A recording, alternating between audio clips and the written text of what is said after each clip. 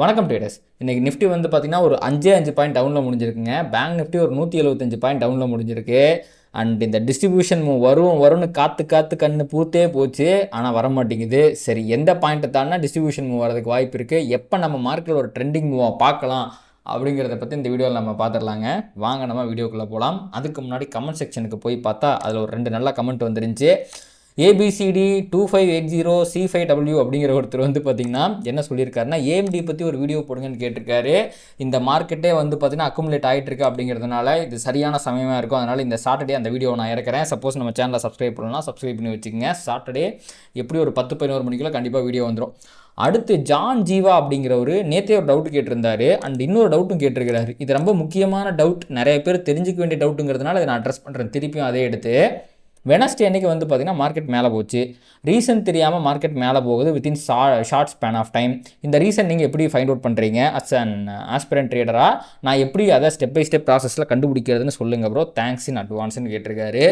முதலில் நீங்கள் ட்ரேடிங்கில் ப்ராஃபிட்டபுளாக இருக்க வேண்டும் என்றால் எந்த காரணத்தால் மார்க்கெட் மேலே போகுது, எந்த காரணத்தால் மார்க்கெட் கீழே போகுது அப்படிங்கிறத தேடுவதை முதலில் நிறுத்த வேண்டும். நான் தேட மாட்டேன், வீடியோவுக்காக சாயங்காலமாக தேடுவேன், இல்லைன்னா காலையில் தேடுவேன். மார்க்கெட் நடந்துட்டு இருக்கும்போது நம்மளால் போய் ஏதாவது வார் நியூஸ் சட்டனாக மார்க்கெட் கீழே போகுதுன்னா ஓகே, ட்ரம்ப் ஏதாவது சொல்லிட்டாரா, ஈரான் ஏதாவது சொல்லிட்டாங்களான்னு பார்க்கலாம். அவ்வளவுதானே ஒழிய காரணத்தை தேடக்கூடாதுங்க மார்க்கெட்டில். சரி ஓகே, காரணத்தை தேடி, சரி உதாரணத்துக்கு மார்க்கெட்டில் ட்ரம்ப் போர் தொடுத்துட்டாருன்னு வச்சுக்கோங்க. அதன் காரணமாக மார்க்கெட் எவ்வளோ தூரம் கீழே போகுதுன்னு உங்களுக்கு தெரியுமா? இல்லை இந்தியா வந்து RBIயில் ஏதோ ஒரு பயங்கரமாக அனௌன்ஸ்மெண்ட் பண்ணாங்க அப்படின்னா அதன் காரணமாக எவ்வளோ தூரம் மேலே போகுதுன்னு தெரியுமா? இந்த ரீசனை வச்சு ஒன்றுமே பண்ண முடியாது, ஊருகாவும் போட முடியாது, அதுக்கு முக்கியத்துவமே கிடையாது. அதனால் ப்ரைஸை பாருங்கள், ப்ரைஸுக்கு எல்லாமே தெரியும். உதாரணத்துக்கு வெனஸ்டே இன்னைக்கு சடனாக மார்க்கெட் மேலே போச்சு இல்லைங்களா? எதுக்கு போச்சு? இந்த பாருங்க, இந்த இடத்துல இருக்க ஆர்டர் பிளாக்லேருந்து ரிவர்ஸ் ஆகிறதுக்காக போச்சு. இன்றைக்கி மார்க்கெட் மேலே போச்சு, எதுக்கு போச்சு? இங்கே ஆர்டர் பிளாக்லேருந்து ரிவர்ஸ் ஆகிறதுக்காக போச்சு. ஸோ மார்க்கெட் மேலே போகிறதோ கீழே போகிறதோ டெக்னிக்கல் ரீசனுக்காக மட்டுமே தான் இருக்கும். அதை தாண்டி அந்த டெக்னிக்கலை மதிக்காமல் போகும்போது நியூஸ் பேஸ்டாக மூவ் வந்துடும். அந்த நியூஸ் பேஸ்ட் மூவ்ங்கிறது 10 டைம் ஒரு டைம் தான் வரும். அப்போ போய் நம்ம நியூஸ் என்னன்னு பார்த்து சாயங்காலம் போய் பார்த்து தெரிஞ்சுக்கலாமே ஒழிய லைவ் மார்க்கெட்டில் போய் உட்காந்து நியூஸை தேடி அது நியூஸ் பாசிட்டிவ் நெகட்டிவ்னு பார்த்து அந்த பயாஸில் என்ட்ரி எடுத்தீங்க அப்படின்னா நீங்கள் வந்து ப்ராஃபிட் பண்ணுறதுக்கான ஜேர்னி எப்போ வரீங்களோ அப்போ தான் ஆரம்பிக்கும். இதை பண்ணிகிட்டு இருக்க வரைக்கும் உங்களால் ப்ராஃபிட் பண்ண முடியாது. அதனால் நியூஸை விட்டுட்டு மார்க்கெட்டில் ஏன், அதாவது ஒய் அப்படிங்கிறது தேவையே இல்லை, ஹவு, எப்படி அப்படிங்கிறது தான் முக்கியம். அது எப்படி அப்படிங்கிறது எல்லாமே ப்ரைஸ் ஆக்ஷனுக்குள்ளே இருக்குது. நியூஸை தூக்கி போட்டு ப்ரைஸ் ஆக்ஷனுக்குள்ளே வாங்க, உங்களுக்கே தெரியும் ஏன் மார்க்கெட் மேலே போகுது, ஏன் மார்க்கெட் கீழே போகுது, எல்லா காரணமும் ப்ரைஸுக்கு தெரியும் என்று கூறிக்கொண்டு இன்றைக்கி மார்க்கெட்டில் என்ன நடந்துச்சு அப்படிங்கிறத பார்க்கலாம். அடுத்து வந்து பார்த்திங்கன்னா எங்கே ஓப்பன் ஆச்சு? இங்கே தான் மார்க்கெட் ஓப்பன் ஆச்சுங்க. மார்க்கெட் வந்து இன்றைக்கி வந்து கேப் அப்பில் தான் ஓப்பன் ஆச்சுன்னு நினைக்கிறேன். அண்ட் மார்னிங் வீடியோவில் நம்ம பார்த்துருந்தோம், இங்கே ஏகப்பட்ட ஃபேர் வேல்யூ கேப் இருக்குது, அதெல்லாம் ஃபில் பண்ணுறதுக்காக மார்க்கெட் வந்து கேப் அப் ஆகிற மாதிரி தெரியுது அப்படின்னு நினச்சிக்கிட்டு இருந்தோம். அதே மாதிரி வந்து பார்த்திங்கன்னா மார்க்கெட் கீழே விழுந்துச்சு. இதுவே வந்து பார்த்திங்கன்னா ஆல்ரெடி இந்த இடத்துல இருந்தால் ஃபேர் வேல்யூ கேப்பில் இருந்தால் ரிவர்ஸ் ஆகி வந்துச்சு. But follow through price action போட முடியலைங்க. நான் வந்து பெரிய ஃபால் எதிர்பார்த்தேன், காலையில் இவ்வளோ தூரம் போவான்னு எதிர்பார்த்தேன், பட் போகல. அதுக்கு பதிலாக வந்து பார்த்திங்கன்னா என்னாச்சு, இங்கேருந்து ரீட்ரேஸ்மெண்ட் வந்துச்சு, இப்போ மேலே போச்சு. இப்போது நீங்கள் யோசிக்கலாம் இது எதனால் மார்க்கெட் மேலே போகுது அப்படின்ட்டு நீங்கள் யோசிக்கலாம். தெரியாது நமக்கு இது ஏன் மேலே போகுதுன்னு தெரியாது. ஆனால் டெக்னிக்கலாக என்ன தெரியும், இந்த இடத்துல ஒரு ஆர்டர் பிளாக் இருக்குது, அப்போ மேலே போச்சுன்னா இங்கேருந்து ரிவர்ஸ் ஆச்சுன்னா அது ரிவர்ஸ் ஆகிறதுக்கு வாய்ப்பு இருக்குது அப்படின்னு நம்மளுக்கு தெரியும். அதுதான் அப்சல்யூட்லி நடந்துச்சு. மார்க்கெட் மேலே போச்சு, மேலே போகும்போது இங்கே ஒரு ஃபேர் வேல்யூ கேப்பையும் போட்டு போயிருந்தான், மேலே ஆர்டர் பிளாக் இருந்துச்சு. பட் ப்ரீவியஸ்லாம் அக்ரெசிவாக செல்லர்ஸ் கீழே கொண்டு வந்ததுனால இந்த பாயிண்ட் ஆஃப் டைமில் செல்லர்ஸ் பையர்ஸ் 2 பேருமே இருந்தாங்க. ஆனால் அந்த வந்த ரியாக்ஷன் பேரிஷாக வந்துச்சு. அதனால தான் இந்த புல்லிஷ் ஃபேர் வேல்யூ கேப் வந்து பார்த்திங்கன்னா ரியாக்ஷனை கொடுக்காம பியரிஷ் ஃபேர் வேல்யூ கேப்பில் ரொம்ப ஸ்லோவாக, இதுவுமே வந்து பார்த்திங்கன்னா சூப்பர் ரியாக்ஷன்லாம் கிடையாது, இதுவும் ஒரு ஸ்லோவான ரியாக்ஷன் தான். ஏன்னா மார்க்கெட் ஓவரால் அக்குமுலேட் ஆகிட்டு இருக்குது, பையர்ஸும் செல்லர்ஸும் 50-50 இருக்காங்க. அதனால தான் ப்ரீவியஸ் டேயோட எல்லா பாயிண்ட் ஆஃப் இன்ட்ரெஸ்ட்டும் கரெக்டாக ரெஸ்பெக்ட் ஆகிட்டு இருக்குது. நேற்று வந்து பார்த்திங்க அப்படின்னா மார்க்கெட்டு மேலே போச்சு இல்லைங்களா, எங்கேருந்து ரிவர்ஸ் ஆனால் ப்ரீவியஸ் டேயோட அன்ஃபில்டு ஃபேர் வேல்யூ கேப்லேருந்து ரிவர்ஸ் ஆனால் அந்த கரண்ட் டேல ஃபார்ம் ஆன ஃபேர் வேல்யூ கேப்பை ரெஸ்பெக்ட் பண்ணல. இன்றைக்கி அதே தான், ப்ரீவியஸ் டேயோட ஃபேர் வேல்யூ கேப்பை ஃபஸ்ட்டு ரெஸ்பெக்ட் பண்ணான், ப்ரீவியஸ் டேயோட ஆர்டர் பிளாக்கை செகண்ட் ரெஸ்பெக்ட் பண்ணான். ஆனால் இன்றைக்கி கரண்ட் டேல ஃபார்ம் ஆன ஃபேர் வேல்யூ கேப்பை இங்கே ரெஸ்பெக்ட் பண்ணல. அதுக்கப்புறம் மார்க்கெட் செமையாக கீழே விழுந்துச்சிங்களா, அதுவே ஒரு ஃபேர் வேல்யூ கேப் ஃபார்ம் ஆச்சு. இதுவுமே வந்து பார்த்திங்கன்னா சூப்பராலாம் ரெஸ்பெக்ட் பண்ணல. நீங்கள் பாருங்கள், ரொம்ப மேலே போயிட்டு கடைசியாக தான் கீழே விழுந்தால் அந்த 3 நம்மளால் கேப்சர் பண்ணிட முடியாது. ஸோ இப்போதைக்கு வந்து பார்த்திங்கன்னா மார்க்கெட்டில் ஒரு ப்ரீவியஸ் டேயில் இருக்கிற எல்லா ப்ரைஸ் ஆக்ஷனும் ரெஸ்பெக்ட் ஆகுது, எல்லா லெவல்ஸும் ரெஸ்பெக்ட் ஆகுது. ஆனால் கரண்ட் டேல வர எதுவுமே ரெஸ்பெக்ட் ஆக மாட்டேங்குது. அண்ட் மேலே கீழே அப்படின்ட்டு 2 பக்கமே மூவிங்குமே நம்மளால் பார்க்க முடியுது. இது வந்து என்ன சொல்லுதுன்னா market is in accumulation zone அப்படின்னு சொல்லுது. நான் வந்து அதாவதுங்க மார்க்கெட் வந்து இந்த இடத்துல லிக்விடிட்டி எடுத்தாங்க.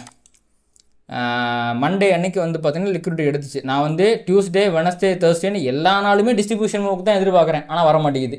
அதுக்கு பதிலாக இங்கேருந்து அவன் டிஸ்ட்ரிபியூஷன் ஆரம்பிச்சிருக்கணுங்க. லிக்விடிட்டி ஸ்வீப் அடித்த உடனே அப்போது நம்ம என்ன பண்ணலாம், இது அக்குமுலேஷன், இது மேனிப்புலேஷன், இது டிஸ்ட்ரிபியூஷன் நினைக்கலாம். ஆனால் அவனுக்கு மார்க்கெட்டுக்கு இன்னும் லிக்விடிட்டி தேவைப்படுது. இப்போ இந்த ஏஎம்டி வீடியோவில் ஒரு சின்ன விளக்கத்தை மட்டும் இங்கே கொடுக்குறேன், மீதி விளக்கத்தை நான் அங்கே கொடுக்குறேன். இப்போது இந்த அக்குமுலேஷன், மேனிப்புலேஷன், டிஸ்ட்ரிபியூஷன் இருக்குது பார்த்தீங்களா, அதில் டிஸ்ட்ரிபியூஷன் ஆரம்பிக்குது அப்படின்னா நிறையா பேர்த்தோட ஸ்டாப் லாஸ் அவன் ஹன் பண்ணியிருப்பான். மார்க்கெட்டில் நிறையா ரீட்டைல் ட்ரேடர்ஸோட ஆர்டர்ஸே இருக்காது. அந்த டைமில் தான் ஸ்மார்ட் பண்ணி வந்து அக்ரெசிவ் ஆர்டர் எடுப்பான், ப்ரைஸ் வந்து பயங்கரமாக போயிடும். அப்போது இந்த இடத்துல மார்க்கெட் கீழே வரும்போது அவனுக்கு தேவையான ஆர்டர்ஸ் கிடைக்கல. இப்போது ஏகப்பட்ட பேர் பை பண்ணாத, மார்க்கெட் மேலே போகும் அப்படின்னு பை பண்ணாதான் ஸ்மார்ட் பண்ணியான செல் பண்ண முடியும். நமக்கு ஆப்போசிட்டாக பொசிஷன் எடுக்க வேண்டியது தான் அவனோட வேலை. அப்போது இந்த அக்குமுலேஷன் ஃபுல்லாங்க, இது ஃபுல்லாகவே மார்க்கெட்டை ஒரு மிகப்பெரிய ட்ரெண்டிங்கில் அவன் கொண்டு போகிறதுக்காக பொசிஷன் எடுத்துகிட்டு இருக்கான். அது எந்த பக்கம் எடுக்கிறான்னு நம்மளுக்கு தெரிய மாட்டேங்குது. அதனால தான் மேனிப்புலேஷனுக்கு வெயிட் பண்ணோம். நான் நினச்சேன் இதுவே மேனிப்புலேஷன் தான் நினச்சேன். ஆனால் இன்னும் அக்குமுலேட் பண்ணிட்டு இருக்கிறதுனால இதை நம்ம மேனிப்புலேஷனை இப்போ கன்சிடர் பண்ண முடியாது. இதுக்கான பவர் போயிடுச்சு. அப்போது இப்போதைக்கு இருக்கிற ஸ்விங் பாயிண்ட் லிக்விடிட்டி பாருங்களேன். மேபி நான் 1 ஹவரில் உங்களுக்கு காட்டுறேன், 15 மினிட்ஸில் வேணாம். ஸ்விங் பாயிண்ட் லிக்விடிட்டி எங்கே இருக்குது, இப்போதைக்கு இதுதான் கடைசியாக ஸ்வீப் அடித்தது. அண்டு கீழே இது இருக்குது. இல்லை நீங்கள் இப்படி இப்போ ட்ரெண்ட் லைனாக போட்டிங்கன்னா இப்படி வரும். ஸோ நிறைய இடத்துல வந்து பார்த்திங்க அப்படின்னா ஸ்விங் பாயிண்ட் லிக்விடிட்டி இருக்குது. இதில் எங்கேயாவது மேனிப்புலேட் பண்ணி தான் டிஸ்ட்ரிபியூஷன் வரணும். அதாவது இங்கே இது வந்து ஒரு அக்குமுலேஷன், அப்போது இங்கே மேனிப்புலேஷன், இங்கே டிஸ்ட்ரிபியூஷன் வரலாம். ஆர் இங்கே மேனிப்புலேஷன், இங்கே டிஸ்ட்ரிபியூஷனும் வரலாம். அது எப்படி வேணால் நடக்கிறதுக்கு வாய்ப்பு இருக்குது. அஸ் ஆஃப் நவ் வந்து பார்த்திங்க அப்படின்னா ட்ரெண்டிங் வரமாட்டேது. ஸோ எப்போ இந்த மேனிப்புலேஷன் ஃபேஸ் முடியும்னு நம்மளுக்கு தெரியாது. எப்போ இந்த அக்குமுலேஷன் ஃபேஸ் முடியும்னு நம்மளுக்கு தெரியாது. மேனிப்புலேஷன் நடந்துச்சுன்னா அதுக்கப்புறம் டிஸ்ட்ரிபியூஷன் ஸ்டார்ட் ஆச்சுன்னா அப்போ தான் நம்மளுக்கு தெரியும். ஸோ ஒரு புல்லிஷ் ஃபேர் வேல்யூக்கு அப்போ, பியரிஷ் ஃபேர் வேல்யூக்கு அப்போ எப்போ இன்ட்ராடேல ரெஸ்பெக்ட் ஆகுதோ, ஒரு ட்ரெண்டிங் டே என்னைக்கு வருதோ, அது ஒரு நாள் ட்ரெண்டிங் டேயாக இருக்காது. எனக்கு தெரிஞ்சு கன்சிக்யூட்டிவாக ஒரு 4-5 ட்ரெண்டிங் டே வர்றதுக்கு, ஒரு டைரக்ஷனில் மேலேயோ கீழே வர்றதுக்கு நிறையா வாய்ப்புகள் இருக்குதுங்க. ஸோ அது எப்போ ஸ்டார்ட் ஆகுது அப்படிங்கிறது தான் இப்போதைக்கு நம்ம பொறுத்திருந்து பார்க்கணும். அண்ட் என்றைக்குமே வந்து பார்த்திங்கன்னா இந்த மாதிரி கன்சால்டேஷன் நடக்கும்போது தான் ரீட்டைல் ட்ரேடர்ஸோடைய ஸ்டாப் லாஸஸ் அடிக்கடி ஹண்ட் ஆகும். அண்டு ரீட்டைல் ட்ரேடர்ஸோட கேபிட்டல் வைப் அவுட் ஆகுறது, அவங்க பொறுமை இழந்து பொசிஷனை க்ரியேட் பண்ணுறது, இந்த மாதிரி நிறையா வேலைகளை அவங்க பார்ப்பாங்க. இந்த கன்சால்டேஷன் நடக்கிறதே அதுக்காக தான். அதனால் கொஞ்சம் பொறுமையாக இருங்க. ஒரு ட்ரெண்டிங் டே மார்க்கெட்டில் வரட்டும், அதுக்கப்புறம் மார்க்கெட்டில் ட்ரெண்டு ஸ்டார்ட் ஆயிரும். அதற்கப்புறமா நீங்கள் நல்லா ட்ரேட் பண்ணலாம். சப்போஸ் நீங்கள் எக்ஸ்பீரியன்ஸ் ட்ரேடராக இருந்தால் மட்டும்தான் இப்போ இருக்க மார்க்கெட்டை சமாளிக்க முடியும். இல்லைனா ஓவர் ட்ரேட் பண்ணி பண்ணி பண்ணி கையை சுட்டுக்காதீங்க. 2 பக்கம் மார்க்கெட் மூவ்மெண்ட் வரும். ப்ரீமியம் மூவ்மெண்ட் பெருசாக இப்போ இல்லை. அண்டு சம்மந்தம் இல்லாத நிறைய இடங்கள்லேருந்து வந்து பார்த்திங்கன்னா நிறையா ஃபால் அப்படிங்கிறது வருது. கேப்சர் பண்ண முடியாத மூவ்ஸ் நிறையா வருது. அதனால் கொஞ்சம் பொறுமையாக இருங்கள். மார்க்கெட் வந்து பார்த்திங்கன்னா இப்போதைக்கு ப்ரீவியஸ் டேயோட எல்லா பாயிண்ட் ஆஃப் இன்ட்ரெஸ்ட்டும் ரெஸ்பெக்ட் பண்ணிகிட்டு இருக்கு. ஆனால் கரண்ட் டேயில் வர எதுவும் ரெஸ்பெக்ட் பண்ண மாட்டேங்குது. அப்போ அஸ் டே ட்ரேடராக கொஞ்சம் நம்ம புத்தியை யூஸ் பண்ணி ஒரு ப்ராப்பரான ரிஸ்க் மேனேஜ்மெண்ட்டை ஃபாலோ பண்ணி பொறுமையாக மார்க்கெட்டை கையாள வேண்டிய சூழ்நிலை இது. எல்லா டைமும் இதுதான் மார்க்கெட் டைனமிக்ஸ்னு சொல்லுவாங்க. இது தெரியாமல் தான் நான் வந்து 2-3 வருஷத்துக்கு முன்னாடி பெரிய ஸ்ட்ரகிள் ஆகிட்டு இருந்தேன். மார்க்கெட் எப்போ கன்சாலிட் ஆகும் தெரியாது, எப்போ ட்ரெண்ட் ஆகும் தெரியாது, ட்ரெண்ட் ஆகும்போது எப்படி ட்ரேட் பண்ணும், கன்சாலிட் ஆகும்போது எப்படி ட்ரேட் பண்ணணும் தெரியாது. அதெல்லாம் தெரிஞ்சுக்கிட்டு ட்ரேட் பண்ணுங்கள். ஸோ இப்போதைக்கு மார்க்கெட் கன்சாலிடேஷனில் இருக்குது. ட்ரெண்டிங் வந்தால் தான் ஒரு பக்கம் மூவ்மெண்ட் வரும். கன்சாலிடேஷன் இருக்கும்போது 2 பக்கம் மூவ்மெண்ட் வரும். இந்த மார்க்கெட்டை ஹேண்டில் பண்ணுறது ரொம்ப கஷ்டம். ப்ராப்பர் ரிஸ்க் மேனேஜ்மெண்ட் மட்டுமே நம்மளை இந்த கேமில் ரொம்ப நாளைக்கு வச்சுருக்கோம். இந்த மார்க்கெட்டுக்குள்ளே அதிகமான காசை விட்டுறாதீங்க. விட்டுட்டிங்கன்னா ட்ரெண்டிங் வரும்போது உங்களால் கேபிட்டலே இருக்காது நீங்கள் சம்பாதிக்கிறதுக்கு. ஸோ சூதானமாக இருங்க.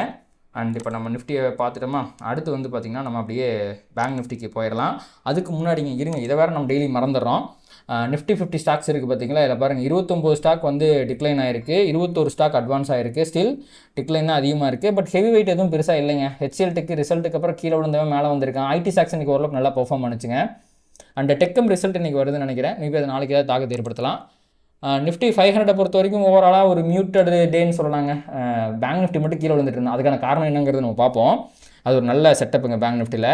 அதை தாண்டி ஓவரால் மார்க்கெட் இன்றைக்கி வந்து பார்த்திங்கன்னா இந்த இதை பாருங்களேன், இங்கேயுமே உங்களுக்கு வந்து பார்த்திங்கன்னா செல்லிங் ப்ரெஷர் அதிகமாக இருக்குது. பட் ஓவரால் மார்க்கெட் நிறையா ஃப்ளாட்டாக இருக்குங்க. ஒரு மியூட்டட் மார்க்கெட்டு, பெருசாக பியரிஷாகவும் இல்லை, பெரிய புல்லிஷாகவும் இல்லை. பேங்கிங் ஃபினான்ஸ் செக்டார் மட்டும் வந்து பார்த்திங்கன்னா கீழே போயிருக்கு, அவ்வளோதான். அண்ட் நியூஸ் பக்கம் வந்தீங்க அப்படின்னா திருப்பியும் வந்து யூஎஸ் வந்து திருப்பி பயங்கரமாக அட்டாக் பண்ணியிருக்கிறாங்க. இவங்களுக்கு என்ன கேடு வந்துச்சுன்னு தெரிலங்க. எப்போ பார்த்தாலும் ஸ்கூலை போய் அட்டாக் பண்ணுறது, பேஷண்ட்ஸு ஹாஸ்பிட்டல் போய் அட்டாக் பண்ணுறதுன்ட்டு இந்த மாதிரி பண்ணிட்டுருக்காங்க பாருங்கள். கேன்சர் ஹாஸ்பிட்டல் பக்கத்தில் போய் பாம்பிங் பண்ணியிருக்கிறானுங்க இவனுங்க. வேறு எங்கே அடிக்கிறதுக்கு இடமே இல்லையா? எப்போ பார்த்தாலும் மக்களையே பிடிச்சி அடிக்கிறது. சண்டை வந்து ஒரு நாட்டுக்கும் தானே, தலைவர்களுக்கும் தானே.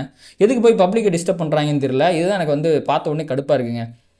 இந்த கம்பெனி ஃபஸ்ட்டு இருந்த ஒருத்தர் இறந்தார் பார்த்தீங்களா, அது இறக்கும்போதே ஒரு ஸ்கூலில் இருக்கிற ஏதோ ஒரு ஃபங்க்ஷன் அட்டன் பண்ண போகும்போது தான் வந்து இது பண்ணாங்க. அந்த ஸ்கூலில் குழந்தைங்க நிறைய பேர் இறந்து போனாங்க. இப்போ பார்த்தா ஆல்ரெடி அவங்க ரொம்ப கேன்சர்னாவே ரொம்ப கஷ்டமான ஒரு சுச்சுவேஷனில் தான் இருப்பாங்க. அதுக்கு மேலே போய் குண்டை போட்டு வச்சுருக்காங்க. ஸோ அந்தளவுக்கு மோசமாக போய்கிட்டு இருக்கு. அண்ட் இப்போதைக்கு வந்து பார்த்திங்கன்னா இந்த அட்டாக்குக்கு அப்புறமா வந்து ஈரான் ரொம்ப கடுப்பாயிட்டாங்க. என் மேலே நீ அட்டாக் பண்ணுறியா, நான் பேச்சுவார்த்தைக்கெலாம் வரவே மாட்டேன், நீ அட்டாக் பண்ணுறதை நிப்பாட்டு, அதுக்கப்புறமா வேணால் பேச்சுவார்த்தையை பற்றி நம்ம பார்க்கலாம் அப்படிங்கிற மாதிரி ஈரான் சொல்கிறாங்க. ட்ரம்ப் நேற்று என்ன சொல்லியிருந்தாரு அப்படின்னா, நீ வந்து பேச்சுவார்த்தைக்கு வரவே இல்லை அப்படின்னா நான் உன்னை பிடிச்சி அட்டாக் பண்ணிட்டே இருப்பேன் அப்படிங்கிற மாதிரி ட்ரம்ப் சொல்கிறாங்க. ரெண்டு பேருமே வந்து பார்த்திங்க அப்படின்னா சம்மந்தமே இல்லாமல் வெவ்வேறு ஸ்டேட்மெண்ட்டை விட்டுக்கிட்டு இருக்காங்க. அண்ட் இந்த போர் வந்து இப்போதைக்கு எதை நோக்கி போயிட்டுருக்குன்னே தெரிய மாட்டேங்குது. எனக்கு என்னமோ கண்டிப்பாக இந்த வீக்கெண்டில் நம்ம மார்க்கெட்டுக்கு தேவையான டிஸ்ட்ரிபியூஷன் மூவ் கொடுக்குற அளவுக்கு எய்தர் பாசிட்டிவ் நியூஸோ நெகட்டிவ் நியூஸோ கண்டிப்பாக வரும் அப்படின்னு நான் எதிர்பார்க்குறேன். எந்த பக்கம் வரப்போகுதுங்கிறத பொறுத்து இருந்து பார்க்கலாங்க. அண்ட் இப்போ வந்து நம்ம நிஃப்டிக்கு இன்ட்ராடேயில் மட்டும்தான் என்ன நடந்துச்சுன்னு பார்த்துக்கிட்டு இருந்தோம். பொசிஷனெலாம் என்னாச்சுன்னு நம்ம பார்க்கலையே. இப்போதைக்கு பாருங்கள், இது ஃபுல்லாக அக்குமுலேஷன். எந்த பக்கம் வேணாலும் மேனிப்புலேஷன் வரலாம், அதுக்கு ஆப்போசிட் டைரக்ஷனில் டிஸ்ட்ரிபியூஷன் வரலாம். அண்ட் டெய்லி டைம் ஃப்ரேம் அந்த பாயிண்ட் இருக்குது பார்த்தீங்களா, அது மேபி ஒரு டெய்லி டைம் ஃப்ரேமோட ஸ்விங் பாயிண்ட் லிக்விடிட்டியாக இருக்கிறதுக்கு வாய்ப்பு இருக்குங்க. இந்த ஒத்த கேண்டில் இருக்குது பார்த்தீங்களா, இந்த ஒத்த கேண்டிலே மேலேயும் கீழேயும் ஸ்விங் பாயிண்ட் லிக்விடிட்டி வேறு க்ரியேட் பண்ணி விட்டுருக்கு. அண்ட் இப்போதைக்கு வந்து பார்த்திங்கன்னா மார்க்கெட் இந்த டெய்லி டைம் ஃப்ரேமோட ஃபேர் வேல்யூ கேப் இருக்கு இல்லைங்களா, அங்கேருந்து ரிவர்ஸ் ஆகி இந்த 780க்கு தாங்க வந்துக்கிட்டு இருக்கிறான். அந்த 780க்கு வரதுக்குள்ளே தான் இத்தனை போராட்டம். அவனுக்கு வரவே மாட்டேங்கிறான், அவன் வர விடவே மாட்டேங்கிறாங்க. பையஸ் பிடிச்சி நிறுத்திக்கிட்டு இருக்காங்க. அதாவது ஸ்மார்ட் பண்ணி அக்குமுலேட் பண்ணிக்கிட்டு இருக்கிறான் ஒரு பக்கமாக டிஸ்ட்ரிபியூட் பண்ணுறதுக்கு. ஸோ பார்ப்போங்க. இப்போதைக்கு எனக்கு தெரிஞ்சு இங்கே வரதுக்கான ப்ராபபிலிட்டி மிகவும் அதிகமாக இருக்கிறது. அவன் இங்கே வந்துட்டு ரிவர்ஸ் ஆகி போகிறானா இல்லை வந்து உடச்சிட்டு போகிறானாங்கிறத இங்கே வர ரியாக்ஷன் வச்சு தான் நம்ம சொல்ல முடியும். பட் ஆல்ரெடி வந்து பார்த்திங்கன்னா மார்க்கெட் கீழே போகிறதுக்கு தேவையான எல்லா சைனுமே வந்துருச்சுங்க. நிறையா சைன் வந்துருச்சு, இருந்தாலும் விழுக மாட்டேங்கிறான். ஸோ பொறுத்து இருந்து பார்க்கலாங்க. ஸோ இப்போதைக்கு வந்து பார்த்திங்க அப்படின்னா ஒரு ட்ரெண்டிங் டேக்கு வெயிட் பண்ணலாம். ஒரு ட்ரெண்டிங் டே எந்த பக்கம் வருதோ அதுக்கப்புறமா நம்ம டிசைட் பண்ணிக்கலாம். அது வரைக்கும் அவன் எவ்வளோ நாள் வேணால் அக்குமுலேட் ஆகிறதுக்கு வாய்ப்பு இருக்குது. இந்த லோவை தாண்டிட்டாலே 24,000 தாண்டிட்டாலே எனக்கு தெரிஞ்சு வந்து மேபி இந்த 23,780 வரைக்கும் மார்க்கெட் போகிறதுக்கான சான்ஸ் இருக்கிறத மாதிரி தான் நான் இன்னும் வந்து நம்புகிறேன். போகுமா அப்படிங்கிறத பொறுத்து இருந்து பார்க்கலாங்க. நிஃப்டியை பொறுத்த வரைக்கும் இவ்வளோ தான். அண்ட் அடுத்து வந்து பார்த்திங்க அப்படின்னா பேங்க் நிஃப்டி தாங்க செமையாக இருக்கான். இதை ஹையர் டைம் ஃப்ரேமில் நான் பார்க்கலைங்க, மிஸ் பண்ணிட்டேன். இப்போ தான் பார்த்தேன். செமையான பேட்டர்ன். இங்கே பாருங்கள், இந்த குட்டி குண்டா ஒன்று இருக்கே, என்னது இது, மந்த்லி டைம் ஃப்ரேமோட ஃபேர் வேல்யூ கேப். போன மாதம் ஜூன் மாதம் என்னாச்சு அப்படின்னா அந்த ஃபேர் வேல்யூ கேப்பை டச் பண்ணான். அதுக்கு மேலே என்ன இருக்குது, மந்த்லி டைம் ஃப்ரேமோட ஆர்டர் பிளாக்கு. அவங்ககிட்ட போயிடாதீங்க சார், அவன் கொஞ்சம் கொடூரமானவங்கிற மாதிரி ஆர்டர் பிளாக்குள்ளே போயிட்டான். டெய்லி டைம் ஃப்ரேமில் பாருங்கள், அந்த ஆர்டர் பிளாக்குள்ளே போயிட்டு இங்கே பாருங்கள், இது மந்த்லி டைம் ஃப்ரேமோட ஆர்டர் பிளாக். இது வந்து பார்த்திங்கன்னா அதுக்குள்ள இருக்கிற daily time frame order black. இதே விஷயம் தான் க்ரூட் ஆயில் நம்ம பார்த்தோம், ஞாபகம் இருக்கா உங்களுக்கு? இருங்க காட்டுறேன். இது வந்து பார்த்திங்கன்னா ஓகே, அங்கே ஆர்டர் பிளாக், இங்கே ஃபேர் வேல்யூ கேப். இது வந்து பார்த்திங்கன்னா மந்த்லி டைம் ஃப்ரேமோட ஃபேர் வேல்யூ கேப். அடுத்து பாருங்கள், டெய்லி டைம் ஃப்ரேமில் இந்த இடத்துல பாருங்கள் என்ன இருந்துச்சு, ஒரு ஆர்டர் பிளாக் இருந்துச்சு. அங்கேருந்து தான் இந்த ஒட்டுமொத்த ரிவர்சலுமே வந்துச்சு. அதே மாதிரி தான் இப்போதைக்கு வந்து பார்த்திங்கன்னா பேங்க் நிஃப்டியில் அங்கேருந்து ரிவர்சல் வந்திருக்கு. அந்த ரிவர்சல் பாருங்கள், இந்த ஆர்டர் பிளாக்லேருந்து ரிவர்ஸ் ஆகி ஒரு பியரிஷ் ஃபேர் வேல்யூ கேப் போட்டு அங்கே பாருங்கள் திருப்பி அதுக்குள்ளே ஒரு ஆர்டர் பிளாக், அங்கேருந்து திருப்பி ரிவர்ஸ் ஆகிட்டு இருக்கான். இது எல்லாமே ஒரு பர்ஃபெக்டான ஒரு பியரிஷ் சைனுங்க. அது மந்த்லி டைம் ஃப்ரேம்லேருந்து வருது அப்படிங்கிறதுமே எனக்கு வந்து இப்போ நிஃப்டியை காட்டிலும் பேங்க் நிஃப்டி வந்து கண்டிப்பாக கீழே விழுறதுக்கு நிறைய வாய்ப்பு இருக்குது அப்படிங்கிற மாதிரி எனக்கு தோணுது. அண்ட் ஆல்ரெடி பார்த்திங்க அப்படின்னா இங்கேருந்து ரிவர்ஸ் ஆகிட்டான், ஆர்டர் பிளாக்லேருந்து ரிவர்ஸ் ஆகிட்டான். அது வந்து 1 hour டைம் ஃப்ரேம்லேயும் பாருங்கள் அவன் என்ன பண்ணுறான், இங்கே கீழெலாம் வந்துட்டு 1 hourலேயும் அதோட ஆர்டர் பிளாக்லேருந்து கிளியராக ரிவர்ஸ் ஆகிருக்கான். அண்ட் இன்றைக்குமே பார்த்தீங்கன்னா நிஃப்டி காட்டிலும் பேங்க் நிஃப்டி அண்டர் பர்ஃபார்மன்ஸில் கீழே தான் இருந்தான். ஸோ எனக்கு தெரிஞ்சு இவனுமே வெகு சீக்கிரமாக ஒரு ட்ரெண்டிங் டே போடுறதுக்கு நிறைய சான்ஸ் இருக்குது.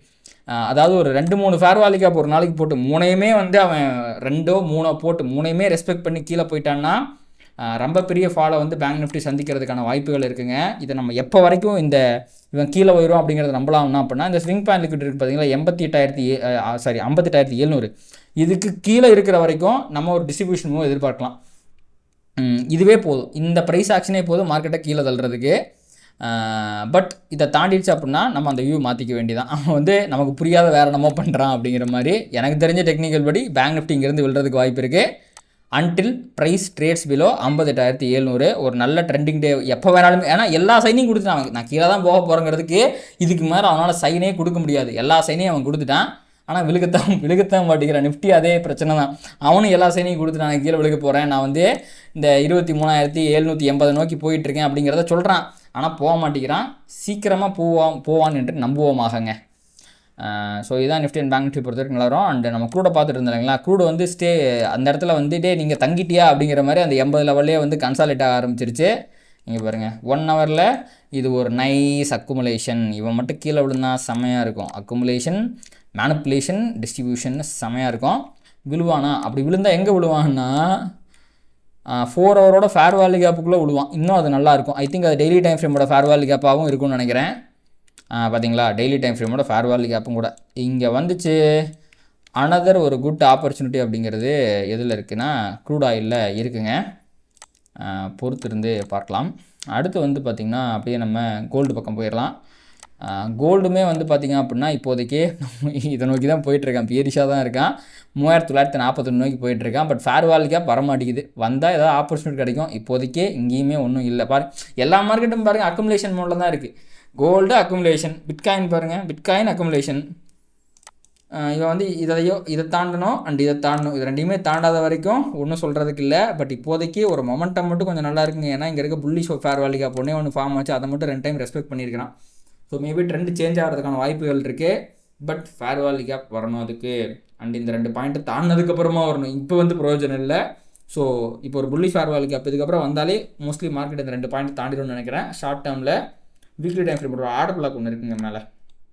இந்த வரைக்கும் இங்கே இருக்குது. இவ்வளோ தூரம் போகிறதுக்கான வாய்ப்புகள் பிரகாசமாக தெரியுது. பட் அதுக்கு இங்கேருந்து ஒரு ரிவர்சல் வரணும். வந்தால் தொட்டால் தூக்கிடலாம். வருமா அப்படிங்கிறத பொறுத்திருந்து பார்க்கலாங்க. இங்கே பாருங்கள், bitcoin accumulation, gold accumulation, silver accumulation, Nifty accumulation. யாரோ ஒருத்தங்க ரீசெண்ட் டைமில் கேட்டிருந்தாங்க எல்லா மார்க்கெட்டும் ஒரே மாதிரி இருக்கே என்ன காரணம் அப்படின்ட்டு. எல்லா மார்க்கெட்லேயுமே ட்ரேட் பண்ணுறது ஒரே ஆளுங்க தான், அதிகமான காசு வச்சு ட்ரேட் பண்ணுறது. அதனால தான் எல்லா மார்க்கெட்டும் ஒரே மாதிரி ட்ரேட் ஆகிட்டு இருக்கு. இந்த எல்லா மார்க்கெட்டும் ஒரே மாதிரி பிரேக் அவுட்டை கொடுக்கும். அது எல்லாமே எனக்கு தெரிஞ்சு இப்போதைக்கு ட்ரம்ப் கையில் தான் இருக்குன்னு நினைக்கிறேன். அதுதான் நடக்கிற வரைக்கும் பார்ப்போம். இப்போதைக்கு பாருங்கள், க்ரூடு மட்டும்தான் ஓரளவுக்கு புல்லிஷாக போயிட்டுருக்கு. யூஎஸ் மார்க்கெட் எடுத்து பாருங்கள், அவனும் அக்குமுலேஷனில் தான் இருக்கான். இங்கே பாருங்கள், அக்குமுலேஷன் தான். Smart money is accumulating everywhere. உலகம் மொத்தமாக அவன் அக்குமுலேட் பண்ணிக்கிட்டு இருக்கான் ஒரு டிஸ்ட்ரிபியூஷனுக்காக. அது எந்த பக்கம் வரப்போகுதுன்னு தெரியல. பட் ஐ திங்க் இவன் ஆன அக்குமுலேஷனுக்கெலாம் பெரிய டிஸ்ட்ரிபியூஷன் வரணும். அது எய்தரவே இருக்கலாங்க. ஆனால் அதை கீழே தான் விழுகலாம் சொல்ல, மேலே கூட விழுகலாம். திடீர்னு ட்ரம்ப்பும் ஈரானும் போகிற நிப்பாட்டுட்டாங்கன்னா திருப்பி இன்னொரு லெக் ஆஃப் ரேலி கூட மேலே வரதுக்கான வாய்ப்புகள் இருக்குது. ஏதோ ஒரு பக்கம் மார்க்கெட் போக போகுதுங்க, அது மட்டும் தெளிவாக தெரியுது. அது ஐ திங்க் அது ஒரு நல்ல மூவாக இருக்குங்க. மேலே நடந்தால் ரொம்ப சந்தோஷம். நிறைய இன்வெஸ்ட்மெண்ட் வேறு பண்ணி வச்சுருக்கேன். மேலே போனால் நல்லாயிருக்கும். போகுமா என்பதை பொறுத்திருந்து பார்க்கலாம். அடுத்து வந்து பார்த்திங்கன்னா ஐ திங்க் நம்ம எல்லாமே கவர் பண்ணுறோம்னு நினைக்கிறேன். க்ரூட் ஆயில் பார்த்துட்டோம், கோல்டு பார்த்துட்டோம், பிட்காயின் பார்த்துட்டோம், யூஎஸ் மார்க்கெட்டும் மட்டும் பார்த்துடலாம். இன் டர்ம்ஸ் ஆஃப் டெய்லியில் பார்த்திங்க அப்படின்னா ஒன்றும் சிறப்பாக இல்லைங்க. இது பாருங்கள், அகைன் அவுட் சைட் கேண்டில் தான், ஒன்றும் இல்லை. இப்போ கரண்ட்டாக வேர்ல்டு மார்க்கெட் ஃபியூச்சர்ஸ் எப்படி இருக்குது?